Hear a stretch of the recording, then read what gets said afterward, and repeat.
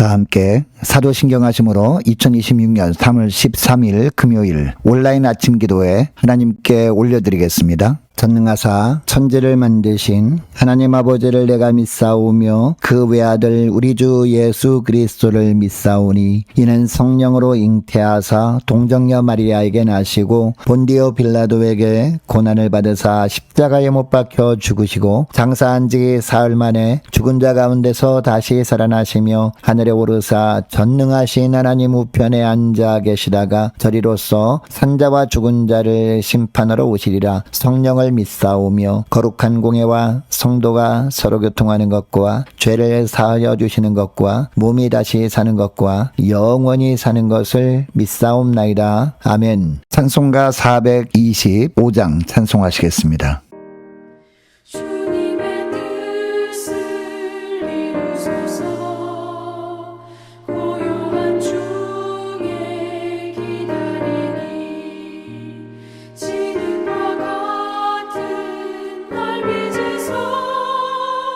주님의 영성 만드소서.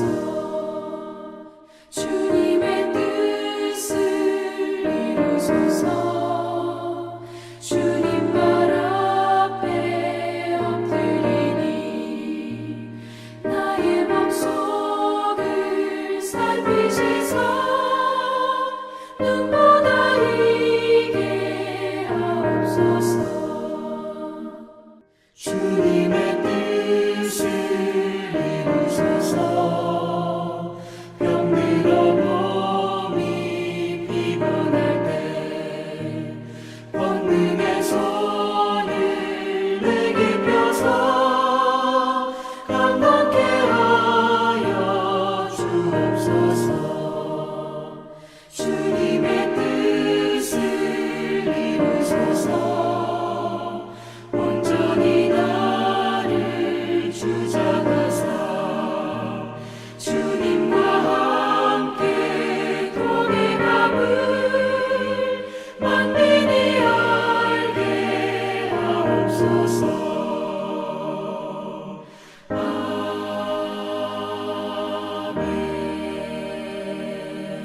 하나님 아버지 감사합니다. 지난밤에도 저들이 평안한 쉼을 통해 육신의 피로를 풀 수 있도록 지켜주셨다가 오늘도 주님께로 베푸시는 영적인 세임을 예비하시고 다시 말씀 앞으로 불러주심을 감사드립니다. 주님 이 시간도 주께서 베푸실 은혜를 갈망하는 마음으로 주님이 부르심에 순종함으로 나와 주께서 예비하신 말씀을 받을 때 하늘의 능력으로 저희 심령을 더욱 강건하게 하여 주셔서 오늘 하루 모든 상황에서 강하고 담대한 심령으로 주님께로 이끄시는 대로만 나아감으로 말미암아 주님과 함께 승리의 축복을 누리며 하나님께 영광 돌리는 하루가 되게 하여 주옵소서. 감사드리오며 우리 주 예수 그리스도 이름으로 기도드리옵나이다. 아멘. 자, 이 시간에 하나님이 주시는 말씀은 요한복음 4장 27절부터 42절까지 말씀 보겠습니다. 자, 화면을 보시면서 요한복음 4장 27절부터 우리 함께 합독하시겠습니다. 이때 제자들이 돌아와서 예수께서 여자와 말씀하시는 것을 이상히 여겼으나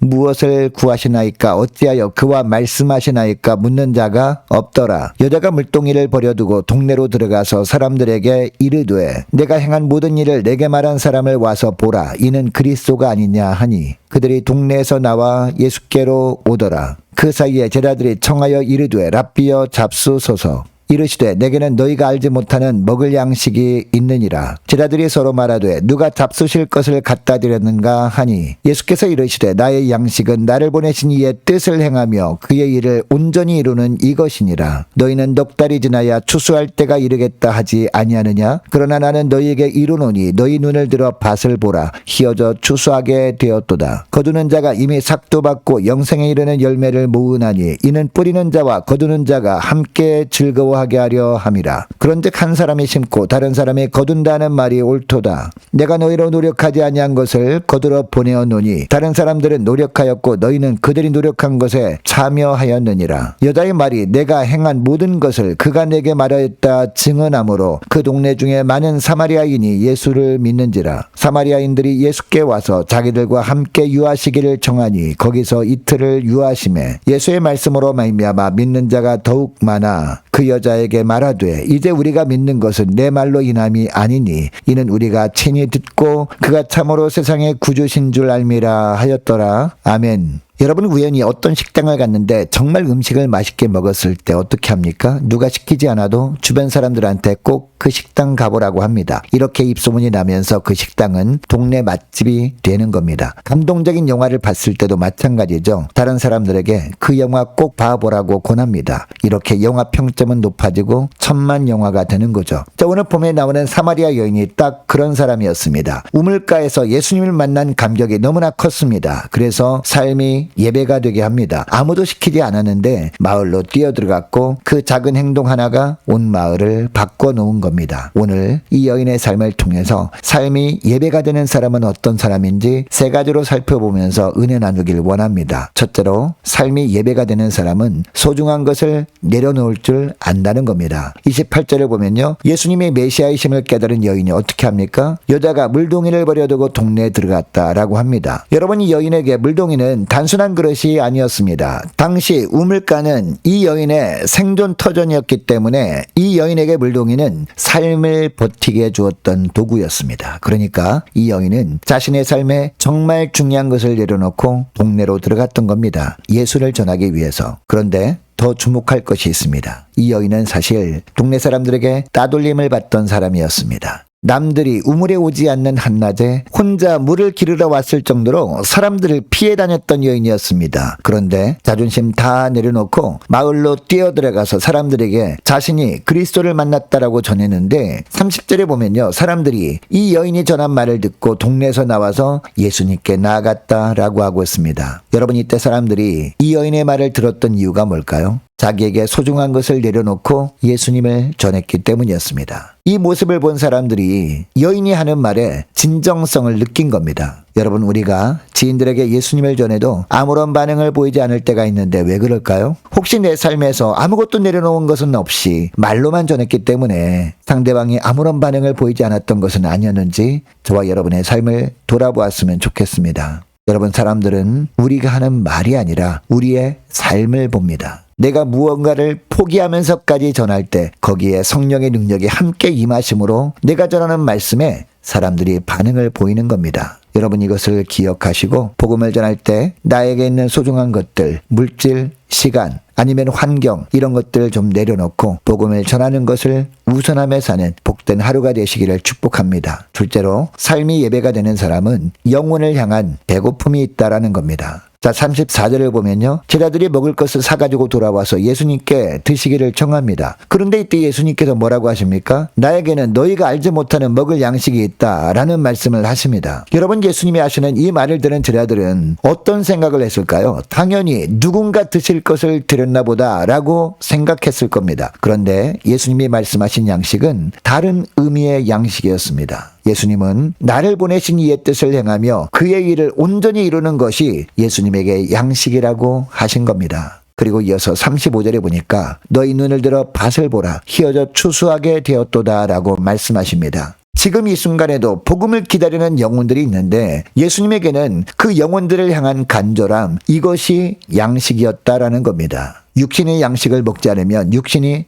허기를 느끼는 것처럼 예수님에게는 영혼을 향한 배고픔이 있었던 겁니다. 여러분, 이 말씀을 전도하라는 말씀으로 알고 우리는 전도하는 삶을 살고자 합니다. 그런데 막상 전도를 해도 열매가 없는 것 때문에 낙심이 될 때가 있지 않습니까? 그러나 37절, 38절을 보면요, 씨를 뿌리는 사람과 열매를 거두는 사람이 다를 수 있다라고 예수님이 말씀하십니다. 내가 전했는데 열매가 나에게는 안 보일 수도 있다는 겁니다. 그러나 36절을 보면 주님이 뭐라고 하십니까? 뿌리는 자와 거두는 자가 함께 기뻐한다 라고 하십니다. 씨를 뿌리는 자나 열매를 거두는 자나 주님께서 기억해 주시기 때문입니다. 여러분, 우리가 심은 복음의 씨앗의 열매를 우리가 직접 보지 못할 수도 있지만 하나님은 그 수고를 기억해 주십니다. 그러므로 중요한 것은 오늘 내 삶에서 영혼을 향한 배고픔, 즉 한 영혼을 향한 간절함을 회복하는 것입니다. 이것이 삶의 예배이기 때문입니다. 셋째로, 삶이 예배가 되는 사람은 작은 순종이 큰 역사를 만든다는 것을 믿는다는 겁니다. 자, 39절의 말씀을 보니까 그 동네에서 많은 사마리아인이 예수를 믿었으니 이는 여자의 말로 인함이라 라고 합니다. 사마리아 사람들은 예수님을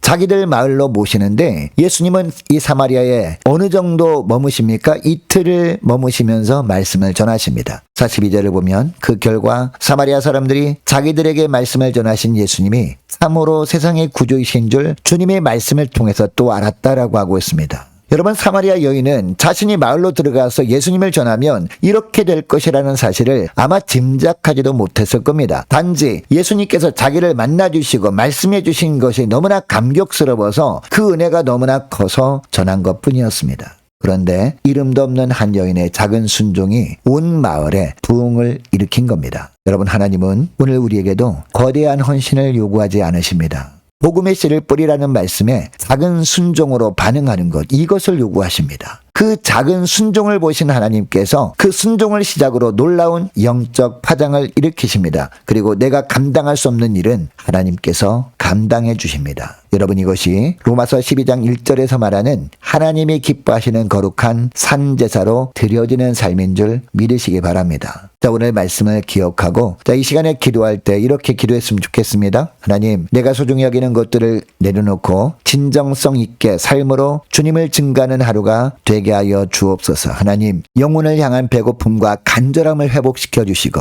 씨를 뿌리는 자나 열매를 거두는 자나 주님께서 기억해 주심을 믿고 오늘 삶의 자리에서 복음의 씨앗을 뿌리는 자가 되게 하옵소서. 작은 순종을 통해서 하나님께서 큰 역사를 이루실 것을 믿고 결과를 주님께 맡기며 담대하게 순종케 하옵소서. 간절히 기도하는 이 새벽 될 수 있기를 축복합니다. 계속해서 기도하기를 원하는 것은 오늘 금요일입니다. 오늘 밤에 있을 금요 심야 기도회를 위해서 함께 기도하기를 원하고 오는 주일 예배를 위해서 오는 주일 오후 찬양 예배 시간에 있을 여전도의 헌신 예배를 위해서 함께 기도하기를 원합니다. 각 구역 식구들과 자녀들을 위해서 저와 여러분을 위해서 이 시간에 함께 기도하기를 원하고 올해 남녀 전도회와 청년부 임력원들을 위해서 교회 재정을 위해서 함께 기도하기를 원하고 유초등부 중고등부 청년부를 위해서 남녀 전도회와 각 구역을 위해서 함께 이 시간에 기도하기를 원합니다. 특별히 우리 구역장들, 권찰들을 위해서 함께 기도하기를 원하고 또 많은 환우들을 위해서 취업을 앞둔 청년들을 위해서 선교사님들, 가정들과 나라와 민족을 위해서 함께 이 시간에 기도하기를 원하고 우리 교회 앞날을 위해서 저와 여러분이 가지고 나온 기도 제목을 놓고 이 시간에 함께 기도하기를 원합니다. 기도하겠습니다.